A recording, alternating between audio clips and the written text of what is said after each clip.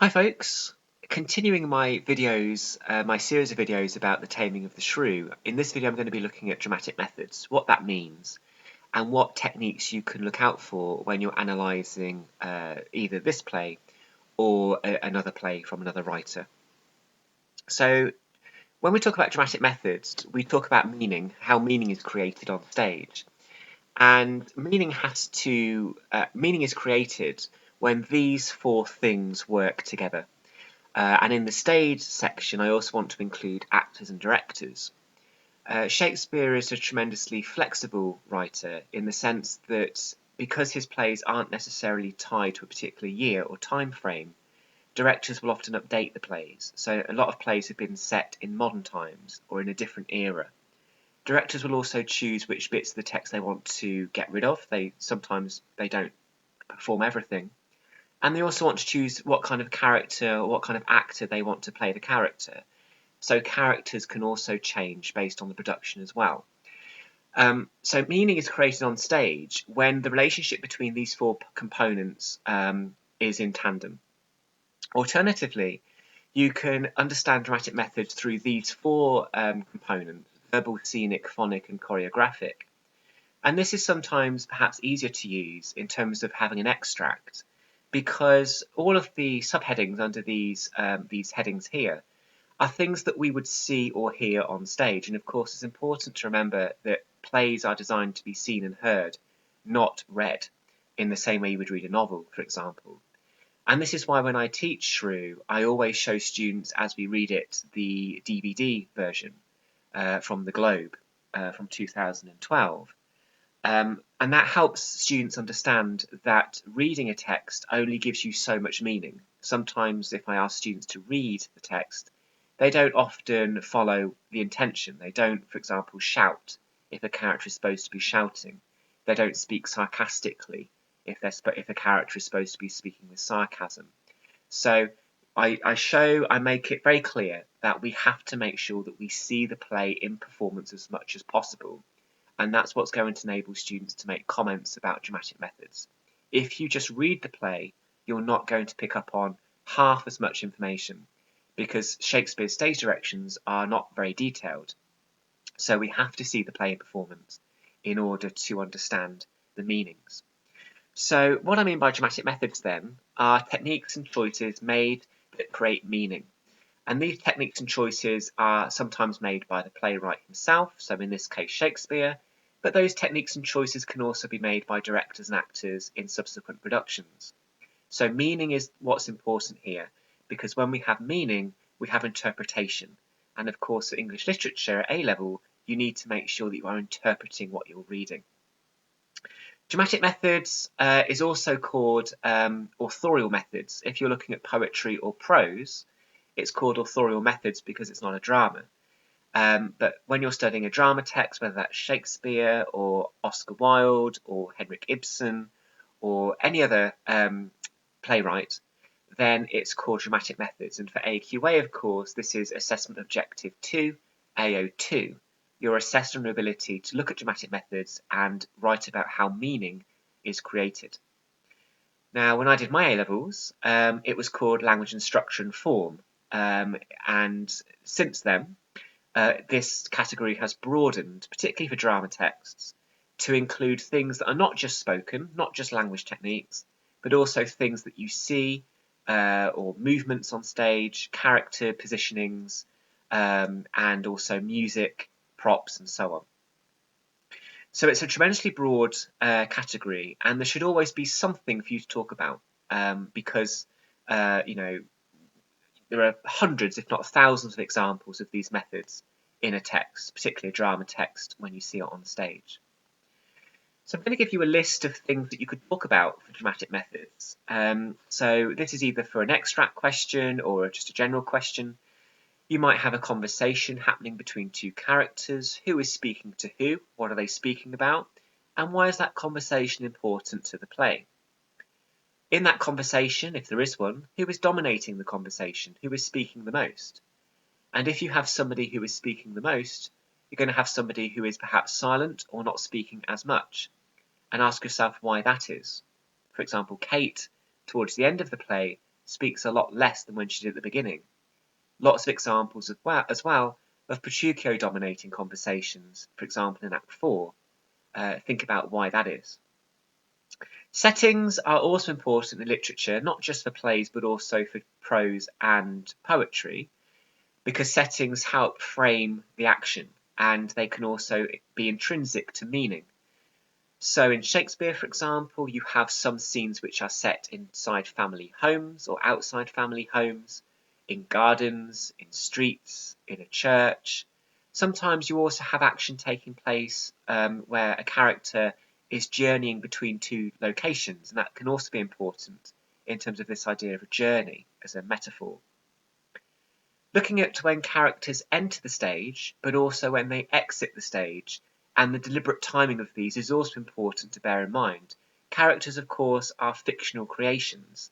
They are devices by which meaning is created. So playwrights will deliberately get their characters to enter and leave the stage when they want them to.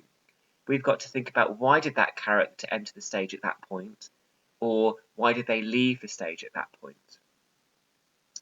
You can, of course, talk about language. Language is still included in dramatic methods because that's one way in which we get meaning, but it's not the only way, remember. A lot of the time, meaning in drama is through physical actions. So you could, if you want to look at language, you can look at the register or the tone.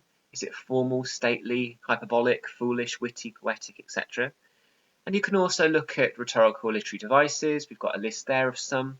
And you can also look at sentence constructions. If you think, for example, of Petruchio in Act 4, Scene 1, he speaks to the servants using lots of interrogatives and imperatives. You've got to ask yourself, why? Why is that the case?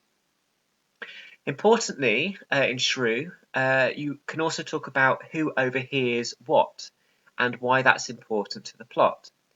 For example, think about Act 1, Scene 1. One of the first things that Lucentio and Tranio do is they stand aside to one of the sides of the stage to overhear Baptista's conversation with the suitors about requiring school tutors. And that is what Lucentio overhears, and that is what persuades him to become a school tutor with the help of Tranio. So it's important that he overheard that. So characters overhearing or overlooking something is important to create meaning because that can often bring the plot forward and develop the plot. You can also look at props. Props can help create physical comedy such as slapstick and also can be important in terms of symbolism. Look at where the characters are stood or sat on stage. Are they on a balcony? Are they hiding behind a pillar? Are they centre stage? Are they even stood sometimes in the audience? Sometimes performances will include the audience a lot and characters will be running and walking through audiences to make it fully immersive. Think of tone of voice, so the characters speak in an aggressive tone, a colloquial tone, a kind of ironic tone, etc. Look at sound effects and music and song, so the way in which song or music is used can also be useful in ascertaining meaning.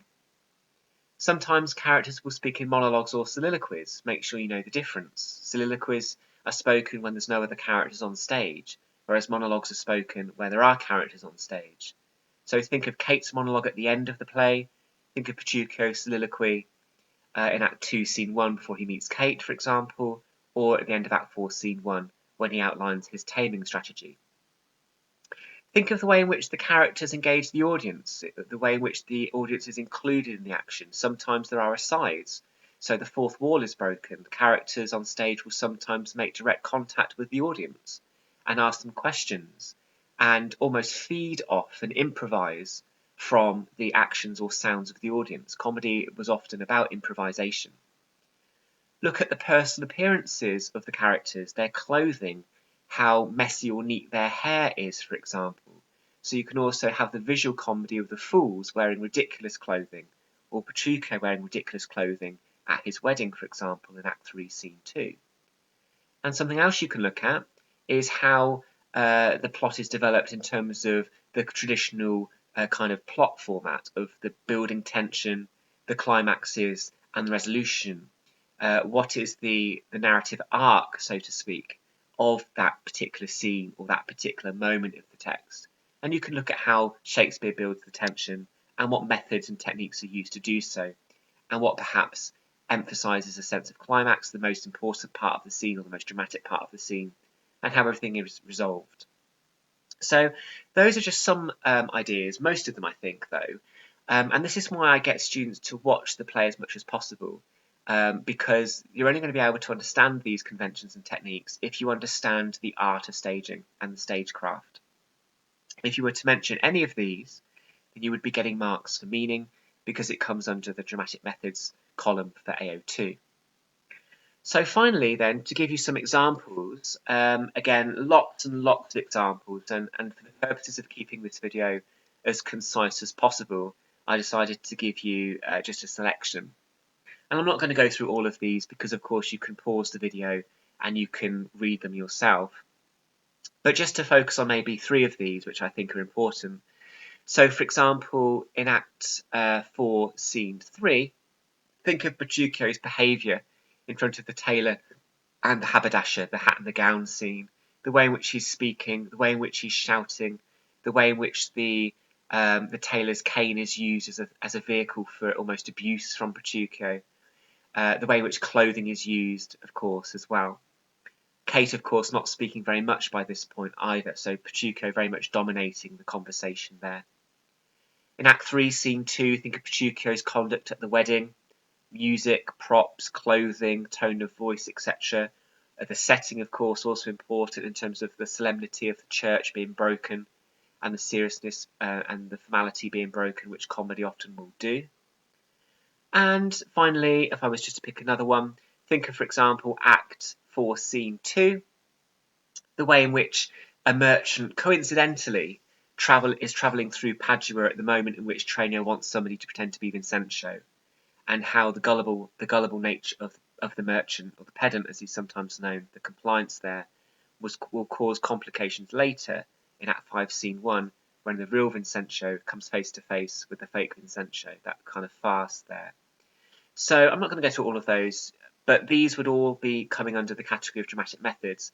There are several choices made here by the playwright or directors in terms of how meaning is created for the audience. And a lot of the time in a comedy, of course, that meaning will be comedic. It will be humorous. So these kind of choices are things that are to look out for. But of course, there's many, many more here. So finally then, just to recap, dramatic methods mean techniques and choices made by the playwright or by the directors that create meaning. When you have that meaning, you have interpretation, and that is what the examiner wants you to do. They want you to interpret the extract, or they want you to interpret the text for a broader question. Okay, so hopefully that was useful, all about dramatic methods in The Taming of the Shrew, but also widely applicable to other plays as well from different eras. Thank you.